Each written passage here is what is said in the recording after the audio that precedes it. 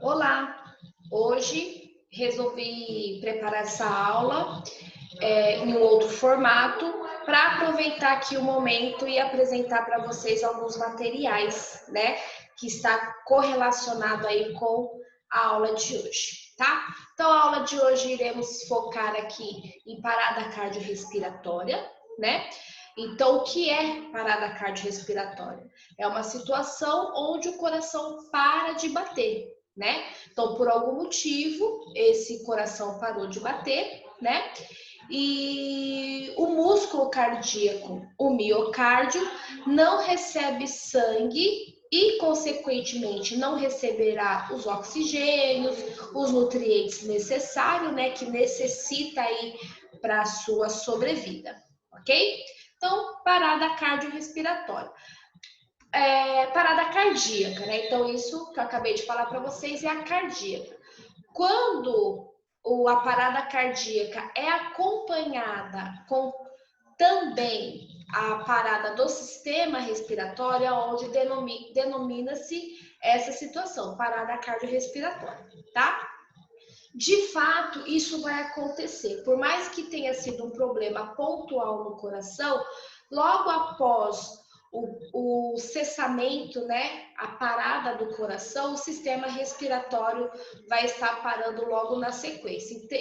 Em questões de 45 segundos a 1 minuto após a parada cardíaca, a parada respiratória também se estabelece aí no paciente, ok? Então, por isso que a gente já define como parada cardiorrespiratória. Após a observação e a identificação da parada cardiorrespiratória, necessita-se então fazer alguma coisa, prestar um socorro para esse paciente, né? E aí é onde entra a ressuscitação cardiopulmonar ou reanimação cardiopulmonar, né? Algumas literaturas, que é a RCP.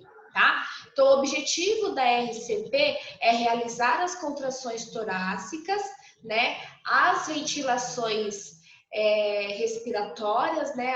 Artificiais aí, de fato, né? Até que uma equipe, né? Até que aquele paciente seja atendido por uma equipe mais especializada, para que seja ofertado para esse paciente equipamentos e um tratamento mais avançado, ou até mesmo, se caso as reanimações for suficiente ou dependendo da condição desse paciente, ele pode retornar, né? Esse coração pode acontecer dele voltar a funcionar sozinho, sem a necessidade da equipe e de tratamento mais avançado, tá? O que seria esse tratamento mais avançado? Seria o desfibrilador, seria as medicações, o apoio do médico, né? Porque de fato, medicações e o desfibrilador, quem manuseia é o médico, né? Então, o tratamento, a equipe avançada seria exatamente isso, tá? Uma coisa extremamente importante para falar para vocês é que quando se estabelece a parada cardíaca, o quanto antes iniciar as reanimações, né, a RCP, mais chance de sobrevida, mais chance de menores sequela vai existir para esse paciente. Então, existem estudos que falam que a cada 1 minuto perdido, né, em iniciar aí o tratamento correto, 5% a menos de chance de sobrevida para esse paciente, ok? Então, por isso a importância de saber reconhecer uma parada cardíaca e logo após aí a identificação, né, logo após o reconhecimento, iniciar com as massagens cardíacas, né, ventilações, tá? Que é a RCP. Em algumas literaturas, em algum momento da vida de vocês, vocês vão ouvir falar sobre suporte básico de vida, né? SBV, suporte básico de vida. Então, o que é o suporte básico de vida? Então a gente tem que entender o quê? O que precisamos, que o mínimo o ser humano precisa para viver, respirar e o coração bater. Então, de certa forma, você está ofertando esse suporte básico de vida para o paciente, que é substituindo o funcionamento do coração pela massagem cardíaca e substituindo o funcionamento respiratório desse paciente pelas ventilações artificiais que você vai ofertar para ele. Então, isso é o que? O suporte básico de vida que você está ofertando para esse paciente, ok?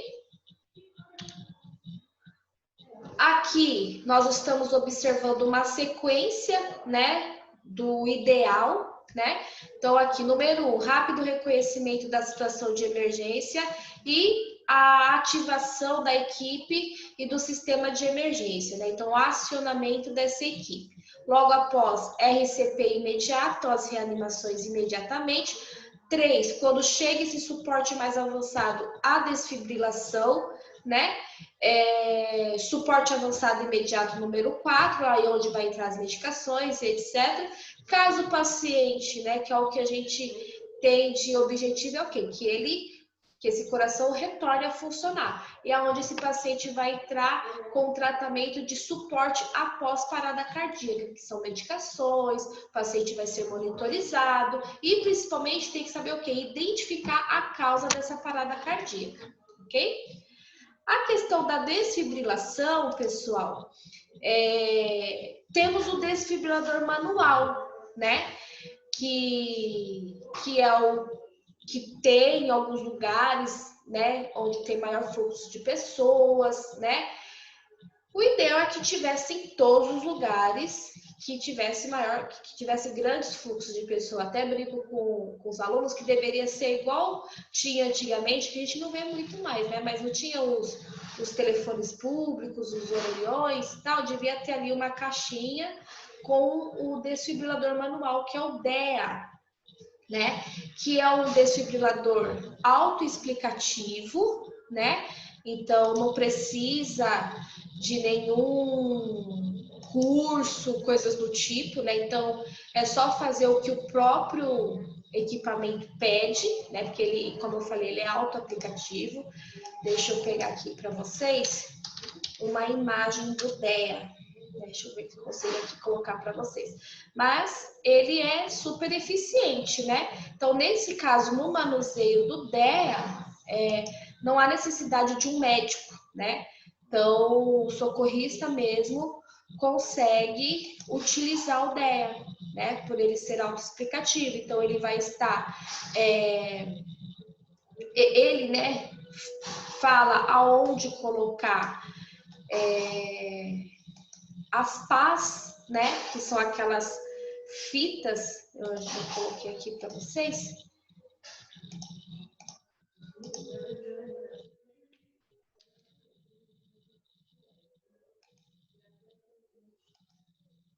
Então, aqui é o DEA, tá vendo?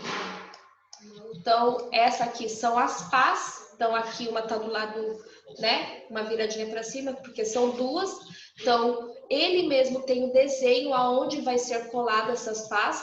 Então, de fato, vai ser na parte superior do coração, na linha do external, né, posicionado mais para o lado direito, tá certo? E outra, no caso aqui, né, na região que eu tô, a imagem, né, e a outra na parte de baixo, na linha axilar inferior, né, para pegar toda a extensão do coração. Mas ele tem o desenho exatamente onde vocês devem colocar e posicionar essas pás, e tem o start. E ali ele vai te falando, afaste-se, choque, né? Massagem cardíaca. Então, enquanto você fizer a massagem cardíaca e se ele estiver posicionado, ele consegue identificar também se o coração voltou a funcionar e ele vai te avisar. Então, ele é perfeito, né? O DEA também, tá? Esse a gente consegue manusear. Agora, o desfibrilador hospitalar, que é o carrinho de parada, né? Que é aquele carrinho onde, além do equipamento, né, que é o desfibrilador, tem também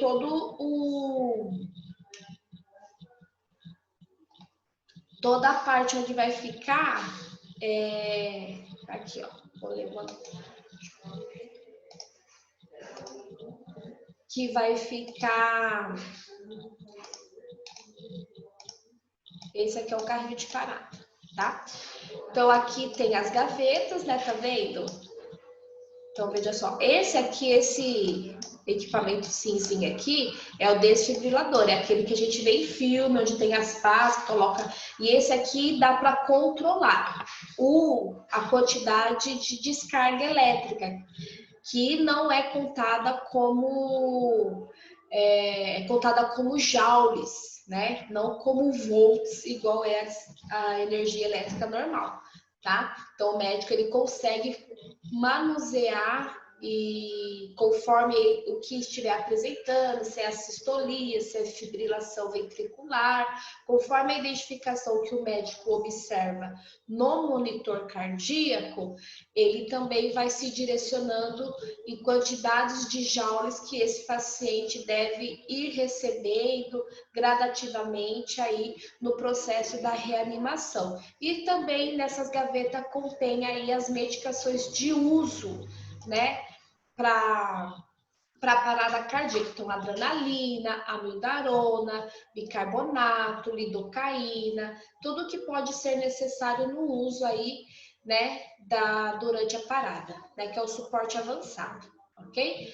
E na disciplina de urgência e emergência, vocês já vão ter todo o contato mais criterioso aí dessas medicações e tudo mais, ok?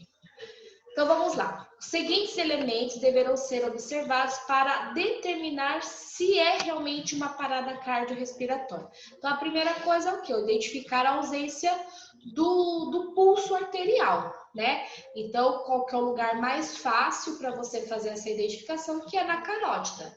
Então, colocou a mãozinha, identificou essa parada, né? Não está sentindo o pulso, é ausente esse pulso, então é sinal de parada cardíaca. Aonde já vai o quê? Te determinar o início das compressões, ok? Aí nós temos na sequência a observação da apneia, ok? Que é o que? A parada do sistema respiratório, ok? Então, essa apneia é observada, tá? E aí é onde você vai estar também já iniciando e certificando que é uma parada cardiorrespiratória. Em alguns casos, você vai observar que o paciente ainda está respirando com muita dificuldade, né? Totalmente fora do ritmo, aquela respiração superficial. Isso não quer dizer que a respiração dele está ok. Já pode ser identificado como uma parada cardiorrespiratória. Esses movimentos respiratórios que pode acontecer, né? Até mesmo durante você estiver fazendo a massagem, não significa que o paciente voltou a respirar. É como se fosse restícios das respirações, né, do ar que ainda tem dentro desse paciente, lá no pulmão desse paciente, ok? Outras coisas que vocês vão iniciar, então, é o espasmo da laringe, a cianose, que é a coloração arroxeada da pele dos lábios, né, por conta aí da falta da oxigenação, a falta da respiração. O paciente se encontra inconsciente, então toda vítima de parada cardíaca está inconsciente. Não existe ninguém em parada cardíaca consciente, pelo amor de Deus, tá? Porém, a inconsciência pode estar correlacionada com outras emergências. Então, por isso, a identificação do pulso é importante, né? Da ausência do pulso. E também a dilatação de pupila, que pode acontecer logo após o início da parada cardíaca, né? Então, se abrir os olhos aí, pode observar aí essas pupilas dilatar, ok? Bom, aqui seria o que? O posicionamento para a ressuscitação cardiorrespiratória. Então, onde o paciente, a vítima, vai estar posicionado, né? Então, ele deve estar o quê? Numa superfície plana e firme, né? Então, ele vai ficar lá deitado, então, decúbito dorsal, né? Em uma superfície plana e firme, para permitir com que essas manobras sejam eficientes. Esse paciente está em cima de uma cama ou sei lá, qualquer coisa parecida, essas manobras não vão ser eficientes. Ele tem que estar em cima de uma superfície. Então, o chão é uma opção, ou quando ele está em cima de uma cama, algo do tipo, tem que o quê? Lateralizar esse paciente, coloque algo rígido embaixo dele, então uma prancha, uma tábua, enfim, para que as compressões sejam eficientes, ok? A cabeça não pode ficar mais alta que os pés, porque isso prejudicaria o fluxo sanguíneo, tá? E, como eu disse aí, né, colocar aí uma tábua ou uma prancha na altura do tronco do paciente, né? Então, da região do ombro aqui até a cintura, que é a região do tronco, para que as manobras, né, sejam eficientes, tá? Já o socorrista, né, ele vai ficar aonde? Do lado do paciente, de joelhos, não é em cima do paciente, então é lateral do paciente, de joelhos. O braço tem que ser super estendido e os movimentos, as massagens cardíacas, você não vai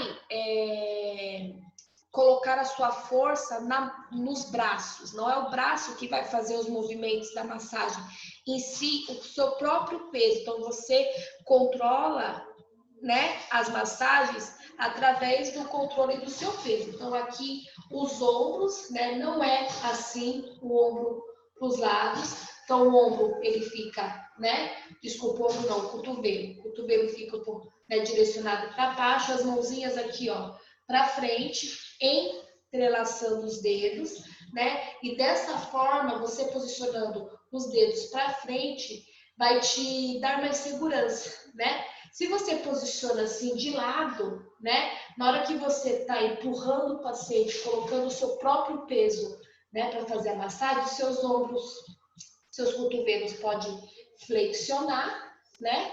E a massagem não vai ser eficiente. Então, por isso que o braço estendido, mãozinha para frente, né? E na altura do externo do paciente, né? Então, 2 dedinhos abaixo, assim, da região dos mamilos. Então, temos a linha dos mamilos, o externo aqui, então nessa região aqui é onde vai ser a massagem cardíaca, ok? Então, olha aí a profundidade, tem até o desenho aqui, ó, 5 centímetros, né, esses movimentos vão ser. Então, de joelhinho na lateral do paciente, ok? Aqui eu copiei um quadro aqui para vocês, tá? De quanto seriam essas compressões, tá? Então, veja só. Existe uma associação, vamos dizer assim, de medicina, de médicos, que avalia, né, os procedimentos, né, para saber o que pode melhorar, o que está dando certo, o que não está dando certo, tá? E a reanimação foi algo que já foi modificado algumas vezes, tá? Então, o que eu quero dizer? Antigamente, se utilizava um protocolo, vou até colocar aqui para vocês, tá? Chamado de ABC, tá?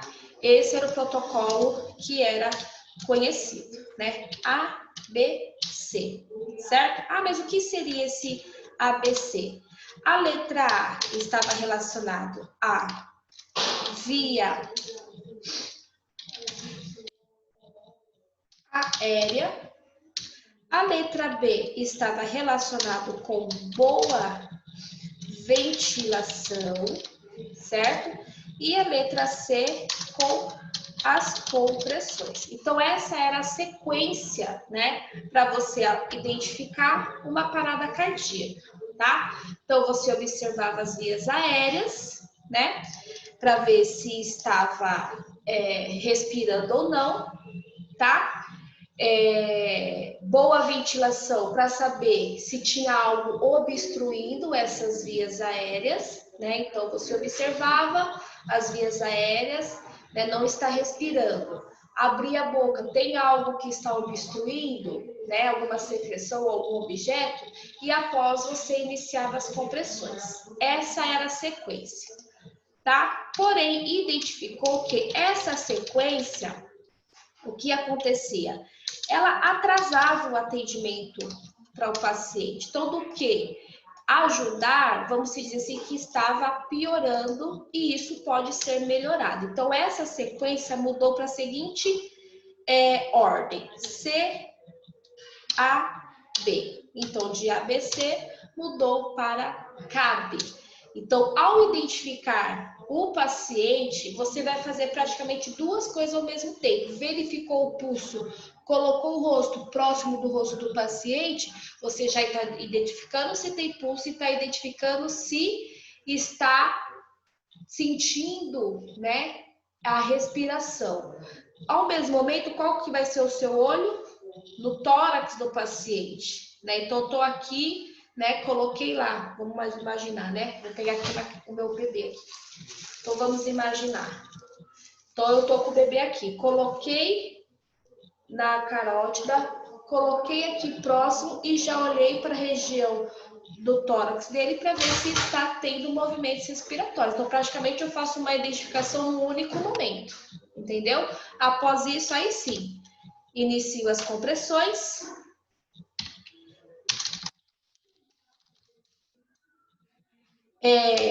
Aí sim, vou verificar as vias aéreas. E certifico da boa ventilação. Então, se entendeu que nessa sequência a eficiência da RCP é muito melhor, porque o paciente precisa realmente que aquele coração esteja funcionando. Então, por isso que a gente já inicia com as compressões já de imediato, tá? Colocando também o quê? Que nesse processo o paciente, essa vítima tem que receber no mínimo 100 compressões por minuto, tá certo? Esse é a ordem, no mínimo de 100 compressões por minuto, ok? Mínimo. Nas recomendações antigas, tinha o quê? 100 compressões por minuto. Então, isso ficava muito relativo, né?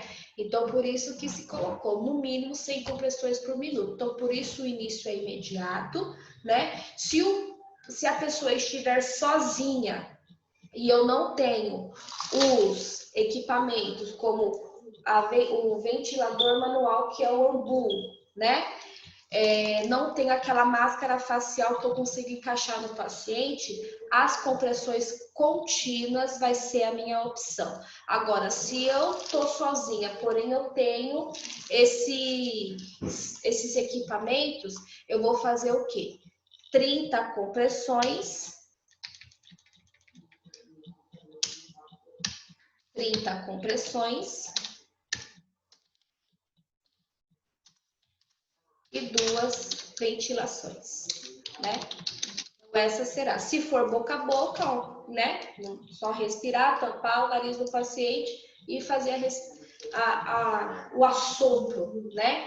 E com o AMBU, ok. Com o AMBU, na verdade, você sozinho é muito difícil de manusear, porque até você posicionar essa máscara, ela tem que ficar bem encaixada no paciente. Então, o uso do AMBU é quando tem duas pessoas, que um fica ali no controle do AMBU, então ele já fica ali com o AMBU posicionado. Então, quando eu finalizar as minhas compressões, ele vai fazer as 2 ventilações que cabe à sequência aí das compressões. E isso vai ser feito até quando? Até o apoio avançado, ou até mesmo quando não aguenta mais, ou quando o médico determinar que não tem mais, possibilidades, ok? Então, aqui, através dessa imagem aqui, nós temos um resumo do que é feito no adulto, na criança e no bebê, tá? Então, olha só, no adulto, 30 por 2, sendo 1 ou 2 socorristas. Na criança e no bebê, seria o quê? Quando existe um socorrista, 30 por 2, 30 compressão e 2 ventilações. Agora, se tem uma pessoa a mais, enfim, né? 15/2, profissional, né? Então, um socorrista e uma outra pessoa, então dois socorristas, tá? Então, ventilações quando o socorrista ou é uma pessoa não treinada ou quando é um leigo, é onde se mantém somente as compressões, como eu falei para vocês, tá? Então, se tem uma pessoa que não tem o conhecimento ou é aquela situação onde eu falei para vocês que não tem o equipamento de proteção, né? Por mais que existem estudos dizendo que a contaminação na questão da respiração boca a boca, ela é muito pouca, né? Então aí vai ficar fica meio a critério aí essa situação. Mas de fato, quando é uma pessoa leiga, ela, né, engata ali nas compressões que já vai ter aí, já vai ser algo que estará sendo feito para esse paciente, ok? Profundidade dessas compressões, né? Isso é importante. Então, tem que ter o aprofundamento de mais ou menos 5 centímetros. Então, essa força que vocês estarão fazendo tem que ter aí, o tórax do paciente tem que aprofundar 5 centímetros. A próxima compressão tem que fazer em que momento? Na hora que tiver o retorno total do tórax, inicia-se outra compressão. Então, não adianta, né, não ter essa espera, não uma espera, né, mas ter essa atenção, né, de deixar o tórax retornar 100% para, né, fazer e iniciar uma nova compressão, ok? Então, veja só, aqui eu tenho meu bebê, né, então, voltou tudo, tá vendo? Isso seria vamos dizer, alguns segredinhos mágicos para que essas compressões sejam eficientes, ok? Quando o socorrista já está cansado, já não está aguentando, porque cansa, gente, cansa e é assim, fora do normal. Então, quando o paciente, o socorrista está cansado, né, os braços dele já não aguentam mais, essas compressões não vai ser eficiente. Por isso que quando tem 2 socorristas, faz um rodízio, né? Então, quando acaba aí pelo menos 5 ciclos de 30/2, troca de posição. Essa troca tem que ser o mais rápido possível, no máximo 2 segundos, para a gente conseguir manter essa recomendação de no mínimo 100 compressões por minuto, né? Para que realmente, né, o socorrista que estava lá nas compressões, ele se restabeleça, né? Por isso que essa troca é extremamente importante, tá bom? As complicações mais comuns produzidas aí em manobras inadequadas. Então, é quando a vítima não está em superfície rígida, então, como eu falei, não vai ter eficiência, você não vai conseguir o aprofundamento de 5 centímetros. Então, nada que você vai fazer vai estar sendo útil para aquela vítima em parada, tá? Quando a vítima não está posicionada também na posição correta, então a cabeça está elevada, né, acima dos pés, então o fluxo, né? Lembra aquela imagem do desmaio, quando a gente deixa os pezinhos mais para cima e tudo mais? Então, pensa naquela imagem. Nós precisamos que o sangue, ele corra em todo o corpo, né? Então, a compressão, ela tem esse objetivo, fazer com que o sangue continue percorrendo aí no organismo. Quando eu coloco os pés para cima, né, de fato, as minhas compressões pode ser que não seja suficiente para que o sangue chegue até lá, depois ele volta. Então, por isso que o retorno venoso pode ficar prejudicado quando nós não nos atentamos e os pés do paciente está acima do nível da cabeça, tá? Pode acontecer também as vias aéreas não estar permeáveis, né? Então as vias aéreas estão obstruídas, por isso que na hora de posicionar, o paciente vai ser posicionado, né? Ou a vítima vai estar lá deitada, a pessoa que estiver com o ambu tem que super estender a cabeça para que as vias aéreas do paciente fiquem livres, né? E a mesma coisa quando fazer a respiração boca a boca, ok? a não ser que tenha alguma suspeita de fratura, aí é uma outra situação. Aí a gente faz o quê? A gente tenta apenas abrir a boca, mantendo essa, né, essa região imóvel e abrindo a boca do paciente, fazendo uma leve, né, flexão para cima, né, uma leve extensão, né, para que a gente não sobrecarregue essa região que pode estar fraturada, né, que é a região de cervical e tal, ok?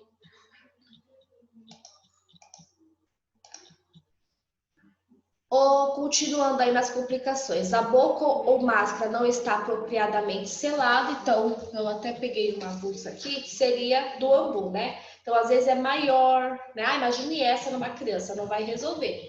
Ou tem que ser do tamanho ideal.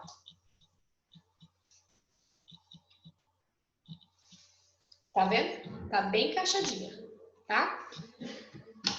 As narinas da vítima não está fechada na hora de fazer, né? Então aqui eu vou estar selando tanto nariz quanto boca. Agora, se for da respiração boca a boca, tenho que fechar, tá? As compressões não são tão profundas, não tem o ritmo correto, então aprofundamento, como nós falamos, né? A relação entre quantidade de compressão e ventilações também inadequada. Então, tudo isso são complicações que vai prejudicar no resultado final aí do atendimento a esse paciente, ok? Então, as manobras RCP não são indicadas em vítimas que se encontram em fase terminal ou situações que são incuráveis, irreversíveis. Então, nesses casos, muitas das vezes dentro do hospital, o médico já vai fazer essa determinação, né? Porque não é que não compensa, mas é mais uma situação de sofrimento do que de vida, né? Então, o paciente terminal, se ele parar, parou, descansou, já tem esse prognóstico, né? Porque se você inicia a reanimação, tem que ir até o fim, né? Até o fim, onde se determina se óbito mesmo ou se ele voltou, né? Mas se já tem esse prognóstico, nem se inicia aí com as reanimações, tá? Então, nesse caso, as manobras, haja o retorno espontâneo da circulação, né? Então, se houve aí o retorno da pulsação, vamos parar com as massagens. Muitas das vezes mantém a ventilação, porque é algo que só se estabiliza depois de ser estabilizado a parada cardíaca, e muitas vezes o paciente ainda volta aí com uma falta de ar, com pouca oxigenação, né? Também nós iremos parar quando o atendimento avançado chegar, isso assumir a situação, né? Ou quando o socorrista estiver extremamente exausto, onde aquelas massagens já não estarão sendo eficientes, e aí o ideal é que solicite aí a troca, como eu falei para vocês, ok? Então, essa é a questão da parada. Eu vou falar um pouquinho sobre a parada em criança, né? Como que deve ser feito, tá? Vou tirar a caldinha aqui. Então, aqui, na criança, no bebê, desculpa, então a gente também vai considerar a região da linha dos mamilos, né? E nós vamos utilizar esses dois dedinhos aqui, ó. Esses dois dedinhos para fazer, então, um aprofundamento aqui de 3 a 4 centímetros, né? E esse vai ser, então, colocar também a criança num local, né, plano e rígido, certo?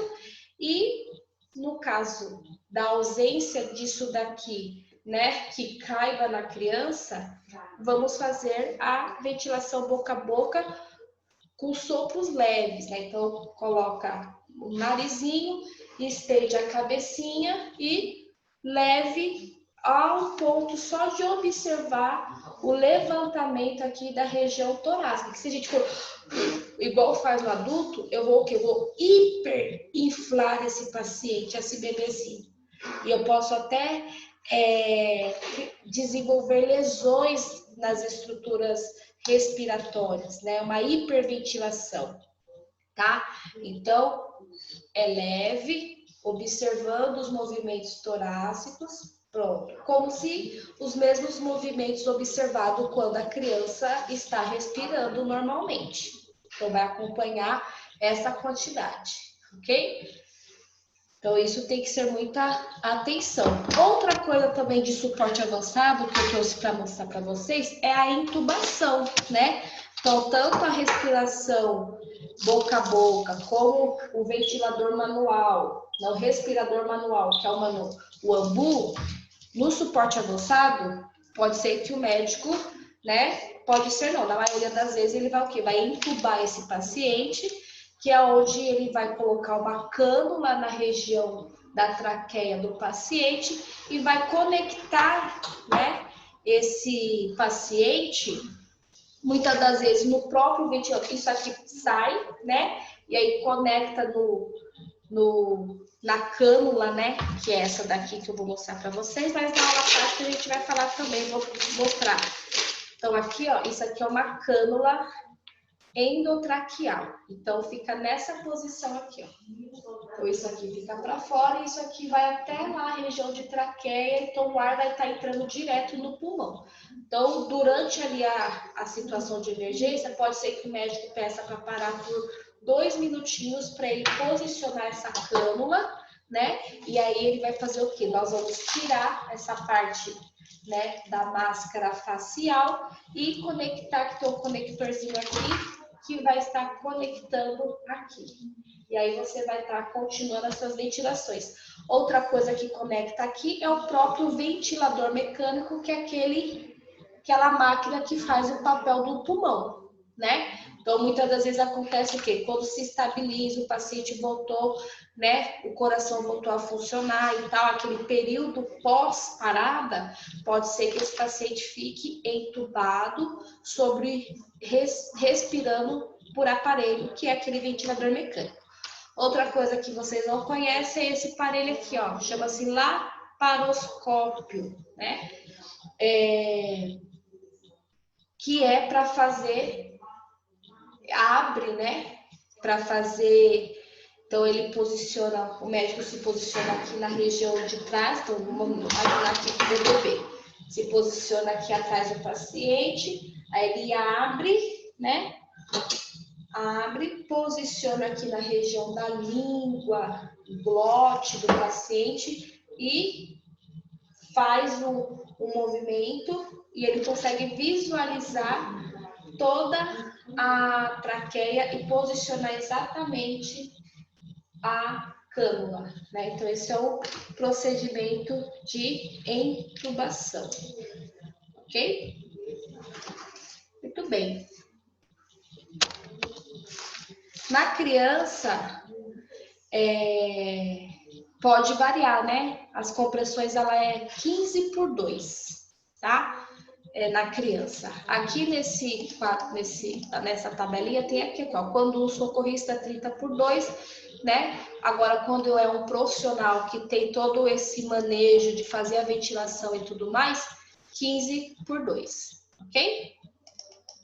Como nós somos profissionais, é 15/2 na criança e no bebê, tá bom? Vou finalizar aqui falando para vocês sobre parto de emergência. Resumidamente, parto de emergência, gente, é a gente receber a criança. O parto, ele acontece sozinho. Então, o parto emergencial é aquela situação onde está dentro do carro, né? A evolução desse parto está sendo muito rápido, né? Nesse trabalho de parto, né? Às vezes acontece muito em mulheres que já são multíparas, né? Que já têm vários partos, já passaram por vários partos, então às vezes, né, são literalmente as parideiras, né? E aí, quando é que a gente observa que realmente vai acontecer? Quando as contrações estão ritmadas e regulares, então uma contração atrás da outra, então no intervalo aí de 2 minutos, né? Nós já entendemos que tá para nascer, né? Já está nascendo. Então posiciona a gestante no local, né? Aqui, ó. Então, posicionar a criança, a gestante, posição ginecológica, então, com as perninhas flexionadas, sempre preservando a exposição dessa parturiente, né, que é a mulher que está parindo, tá? Tire todas as vestimentas da parte de baixo, né, para não obstruir o canal, a saída ali do canal vaginal, né? E o parto ele vai acontecer naturalmente. Você não pode nem impedir e nem acelerar, somente aguardar, tá? Orientando a gestante que toda sensação de contração que ela faça aquela força, né, que é a tal da força do cocô. Interessante é que qualquer pessoas próximas, ou marido, ou mãe, enfim, esteja próximo, né, até mesmo para te respaldar, né, porque queira ou não queira, né, é uma situação ali onde está tendo ali toda aquela exposição, né. Durante esse processo, a parturiente, ela pode sentir vontade de ir ao banheiro, quer dizer, ela acha que é vontade de ir no banheiro, mas na verdade é o bebê que está ali passando por aquele canal, então ela não pode de jeito nenhum ir no banheiro, né, que pode acontecer de literalmente o bebê sair e cair na privada, tá? Os tal dos curiosos tem que ficar longe, né, lembrando aí da privacidade do paciente. Nas ambulâncias tem sempre esses kits. Então aqui a gente tem o quê? Um kit com compressas e tal, várias compressas. Lembrando que quando o bebê sair, nós temos que secar, depois envolver ele em alguma compressa, preservando aí a temperatura dessa criança. Então por isso que compressas, várias compressas são necessárias. Então são compressas limpas e estéreis. Aqui nós temos esse sugadorzinho, né, para tirar as secreções superficiais aí da boca e da região nasal. E aqui nós estamos vendo esse clamp que parece um clamp de alimento, né? Que é o clamp que pode ser utilizado para clampear o cordão umbilical, tá bom? O cordão umbilical ele pode ser cortado ou não. Se você observa que a distância até chegar no hospital é de mais de 30 minutos, aí o ideal é cortar, tá bom? Agora, quando não, né, quando está próximo, né, não tem a necessidade de cortar, se faz isso no hospital, né, no ambiente intra-hospitalar, ok? Então, todo mundo que estiver aqui for manusear e participar do parto, tem que lavar as mãos, colocar as luvas, né? Como eu falei, colocar a paciente deitada em posição ginecológica, né? E solicitar que ela faça força na medida que as contrações forem acontecendo, tá? E aí é o quê? Ter paciência, porque o parto ele vai progredir, tá? Nunca puxar e nunca travar aí a saída da criança, tá?